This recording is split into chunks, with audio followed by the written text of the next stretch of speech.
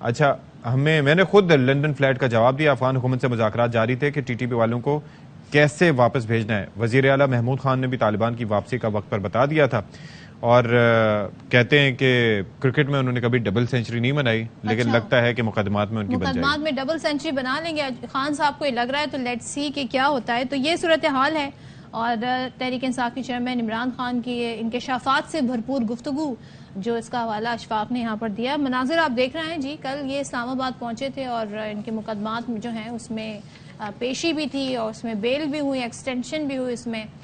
اب جناب ذرا آگے بڑھتے ہیں, لیٹس سی اس پہ کیا مزید آگے سے رد عمل آتا ہے. وہ جب آئے گا تو ہم آپ کے ساتھ شیئر بھی کر لیں گے. بات کریں گے اب پاکستان بار کونسل کے غیر قانونی اقدام پر سپریم کورٹ بار نے جوابی ایکشن لیا ہے اور پاکستان بار کی ایگزیکٹو کمیٹی کے ارکان کی رکنیت منسوخ کر کے معاملہ جنرل باڈی کو بھجوا دیا ہے. سیکریٹری سپریم کورٹ بار یہ کہتے ہیں کہ ایگزیکٹو کمیٹی کا اقدام توہین عدالت کے زمرے میں آتا ہے. پاکستان بار سپریم کورٹ بار کا کنٹرول چاہتی ہے. اعلامیہ اس حوالے سے جاری کیا گیا اور اس اعلامیہ میں کہا گیا ہے کہ پاکستان بار ایگزیکٹو کمیٹی کے ارکان کی رکنیت عبوری طور پر معطل کی جاتی ہے. جن ارکان کی رکنیت معطل کی گئی ان میں حسن رضا پاشا ہیں, امجد شاہ, ریاضت علی ساہر, طارق افریدی, مسعود چشتی, احسن بون اور قلب حسن شاہ شامل ہیں. سپریم کورٹ بار نے اپنی ایگزیکٹو کمیٹی کے 10 ارکان کی رکنیت بھی. اچھا یہ بڑا ٹرکی میٹر ہے کہ کس نے کیا کیا, کیسے کیا. عابد زبیری صاحب نے کیا موقف دیا ہے اس سے متعلق, وہ ذرا پہلے سن لیتے ہیں پھر بات کریں گے. یہ چاہتے ہیں کہ سپریم کورٹ ان کے تابع ہو جائے اور جو حکومت وقت چاہتی ہے اس کے حساب سے کرے. ہمارا ایک اسٹینڈ ہے کہ ہم سپریم کورٹ اور پاکستان کے ساتھ کھڑے.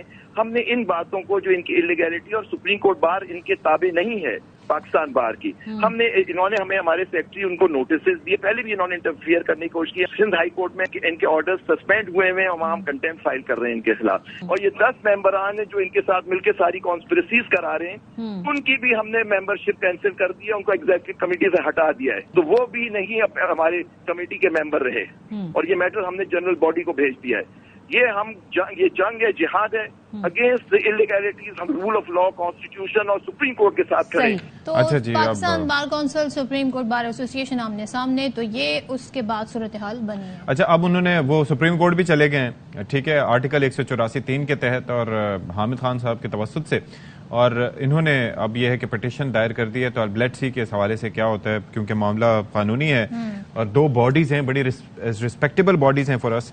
اب لیٹس سی کہ کیا سپریم کورٹ کی جانب سے اس پہ کیا راہ دکھائی جاتی ہے. ذرا یہ بتا دیں کہ ملک بھر میں اب ایک ساتھ انتخابات ہو, یعنی ایک ہی تاریخ کو ہو, اس متعلق آج بڑی اہم سماعت سپریم کورٹ میں ہونی ہے. لیکن اس سے پہلے حکومت کی جانب سے عدالت میں جواب جمع کرا دیا گیا ہے اور بتایا یہ گیا ہے کہ جی مذاکرات جو ہیں وہ دوبارہ ہو سکتے ہیں. یہ انڈیا یہ اشارے اس رپورٹ میں دیے گئے ہیں جی اسحاق ڈار کی جانب سے کہ ہم اس پر مزید بیٹھ سکتے ہیں, بات کر سکتے ہیں. جبکہ جب آخری دن تھا, غالباً ٹیوزڈے تھا, رات 9 ساڑھے 11 بجے جو پریس میڈیا ٹاک کی تھی دونوں جانب سے, PTI حکومت نے, تو یہ کہا تھا جی ڈیٹ پہ اتفاق نہیں ہوا, لیکن عدالت میں جواب کچھ اور ہوتا ہے. نہیں, ایک اور چیز ہے صدف کہ رات کو گفتگو کچھ اور ہوئی تھی, صبح تک اس کی انٹرپریٹیشن کچھ اور ہوئی. اور پھر ہمارے ساتھ یہاں پر آئے تھے شاہ صاحب, شاہ محمد قریشی صاحب, تو انہوں نے کہا تھا کہ اب ان کے ساتھ بیٹھنے کا کوئی مقصد نظر نہیں آتا. اچھا, اور لاسٹ پیشی میں دیکھیں یہ بھی عدالت نے کلیئر کر دیا کہ آپ سیاسی جماعتوں کی جانب سے جو مذاکرات ہوئے اچھی پیش رفت ہے, ہم نے ایسی کوئی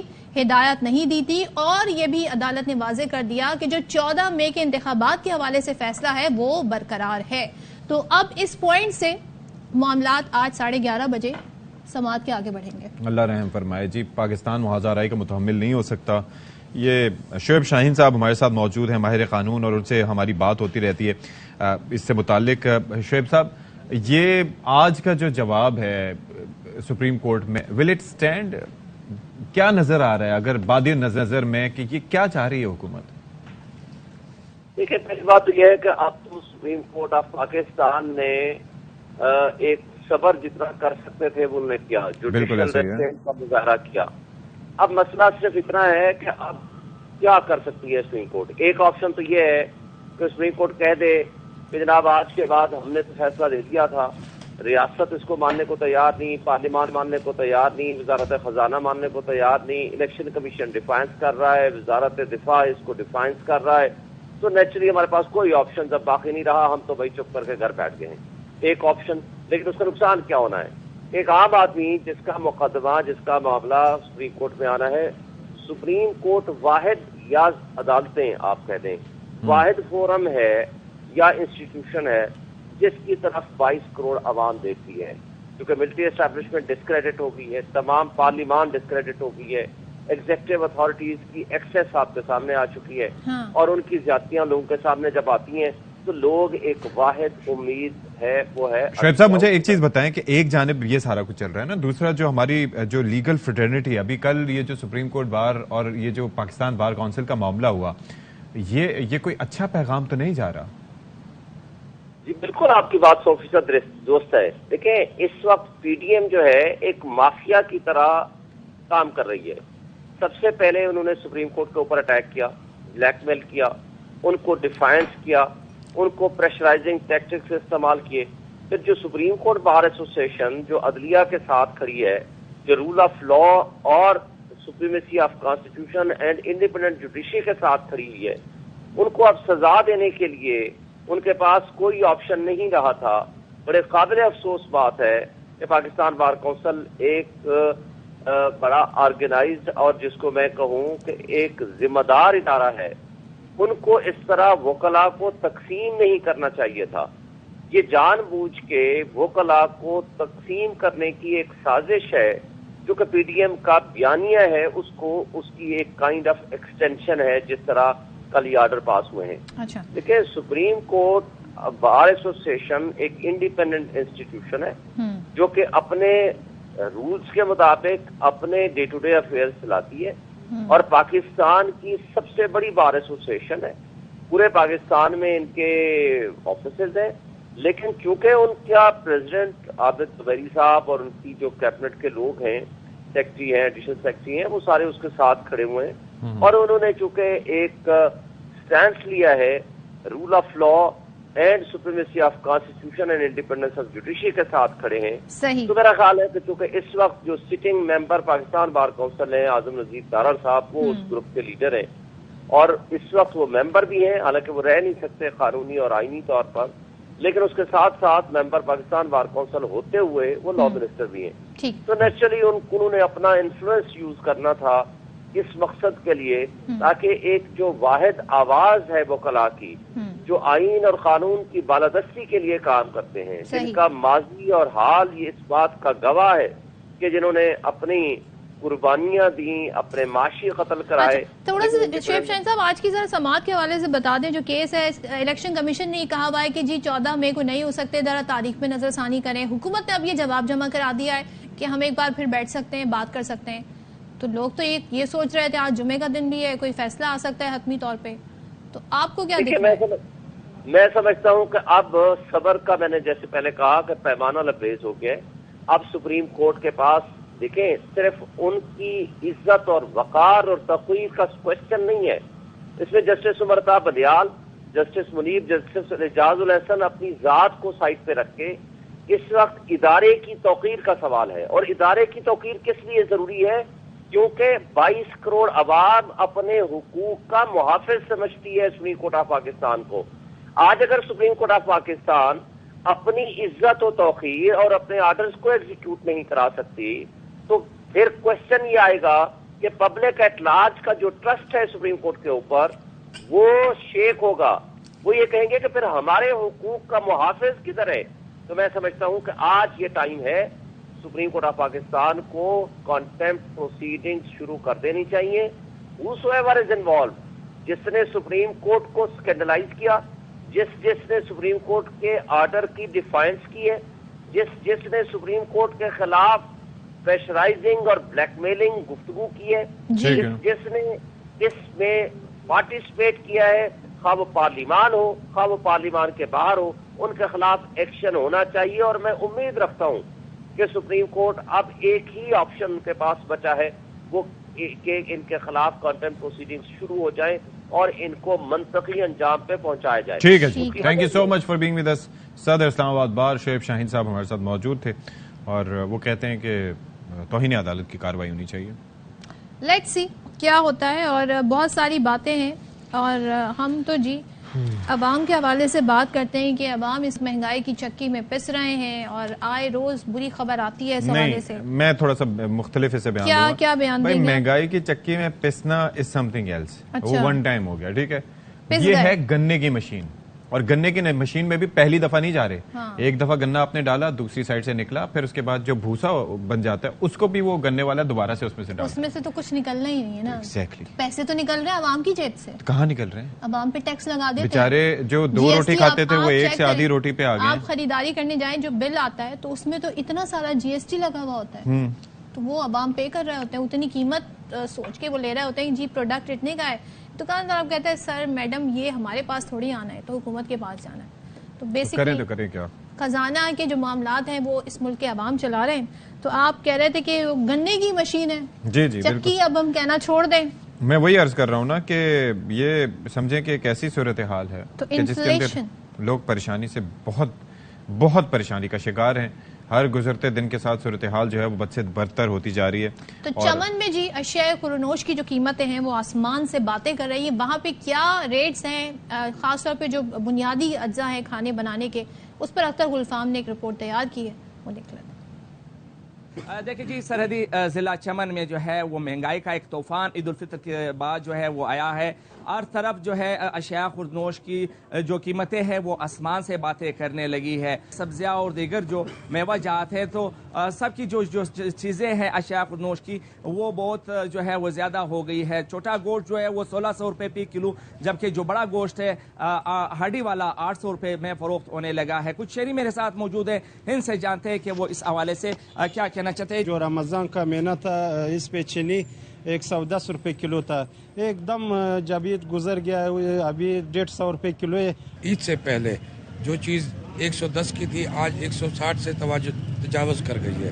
آٹا تھا پہلے 5000 5,500 کا تھا, ابھی 8000 کا وہی 50 kg کا تھیلا آ رہا ہے.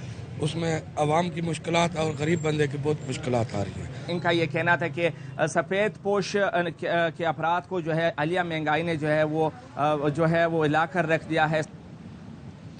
تو یہ معاملات ہیں. اور اب ذرا ہم گندم کے حوالے سے بھی بات کر لیتے ہیں, کیونکہ پنجاب میں گندم کی کٹائی کا سیزن ہے یہ, اور یہ بتایا جا رہا ہے صورتحال اس حوالے سے ہمیں.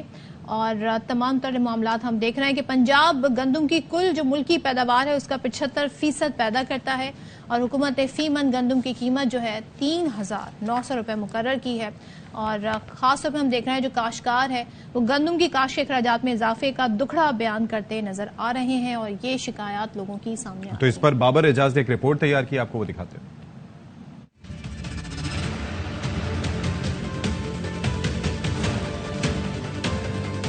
دنیا بھر میں گندم پیدا کرنے والے ممالک میں گندم کی پیداوار کے لحاظ سے پاکستان کا 8واں نمبر ہے.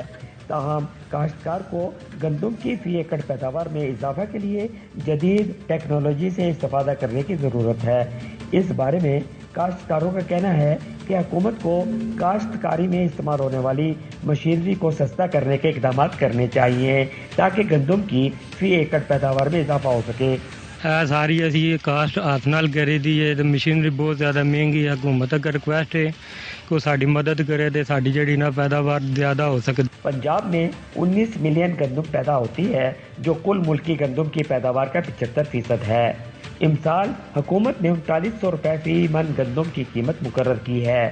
کاشتکار گندم کی کاشت کے اخراجات میں اضافے کا دکھڑا بیان کرتے نظر آتے ہیں. اصل ہوئی ہے جی وجہ تو جڑی نا اخراجات بہت زیادہ آ رہے ہیں, مہنگائی کی وجہ تو ڈیزل اور ادویات جو بھی ہیں وہ کھادیں وغیرہ بہت مہنگی ہیں, جس کی وجہ سے جو نا وہ اخراجات بہت زیادہ آ رہے ہیں.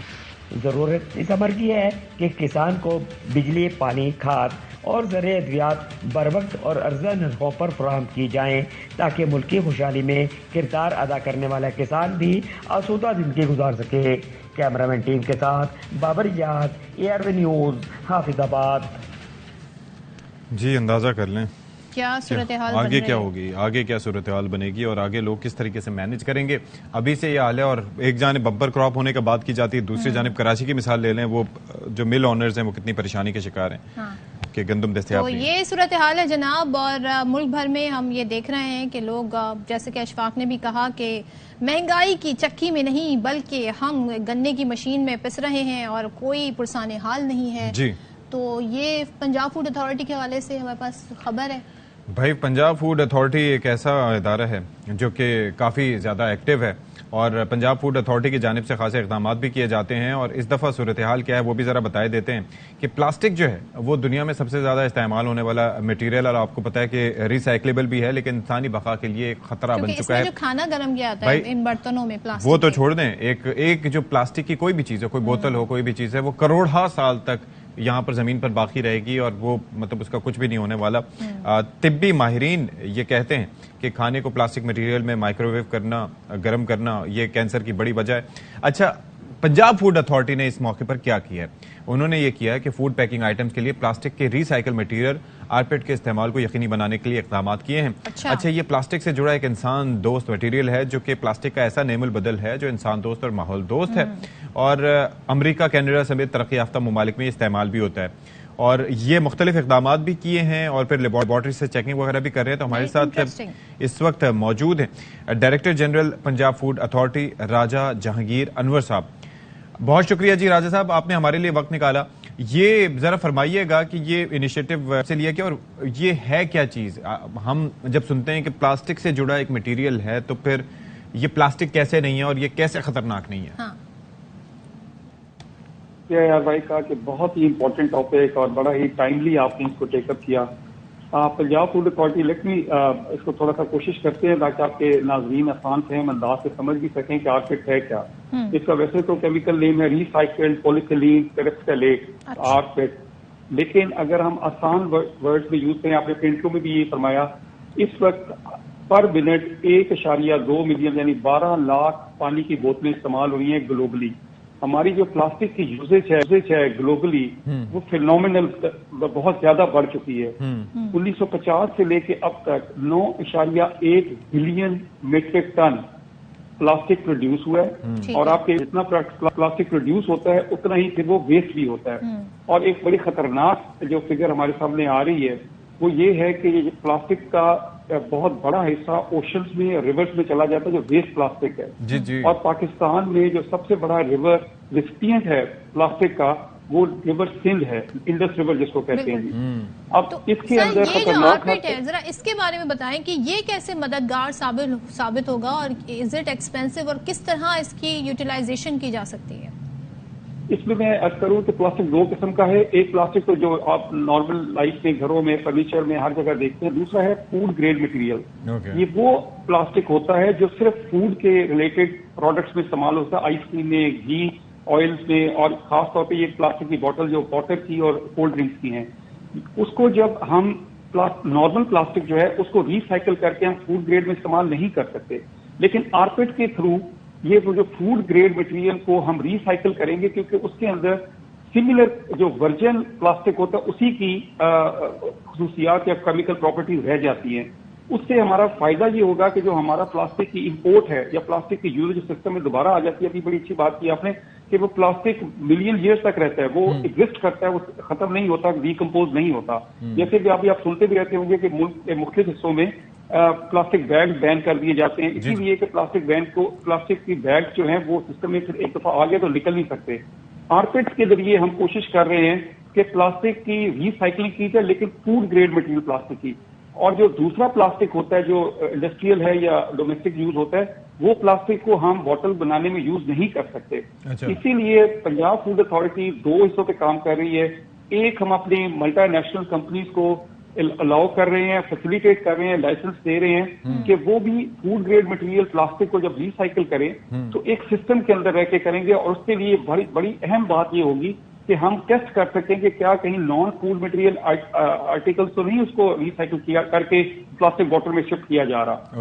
اس کے لیے ہماری جو ابھی تک ملٹی نیشنل کمپنی جو اس پہ آ چکی ہیں ان کے ساتھ ہمارا جو ریگولیشن طے ہوا ہے. پاکستان میں انفارچونیٹلی ایک ہی لیب ہے جو اس کو دیکھ سکتی ہے. پنجاب فورینسک سائنس نہیں، فورینسک نہیں ہے جی، یہ پرائیویٹ سیکٹر میں ہے جی. اور اس کی ڈینسٹی کو چیک کر سکتی ہے، اس کے میلٹنگ پوائنٹ چیک کر سکتی ہے، لیکن وہ ایکریڈیٹڈ نہیں ہے کسی انٹرنیشنل ادارے کے ساتھ.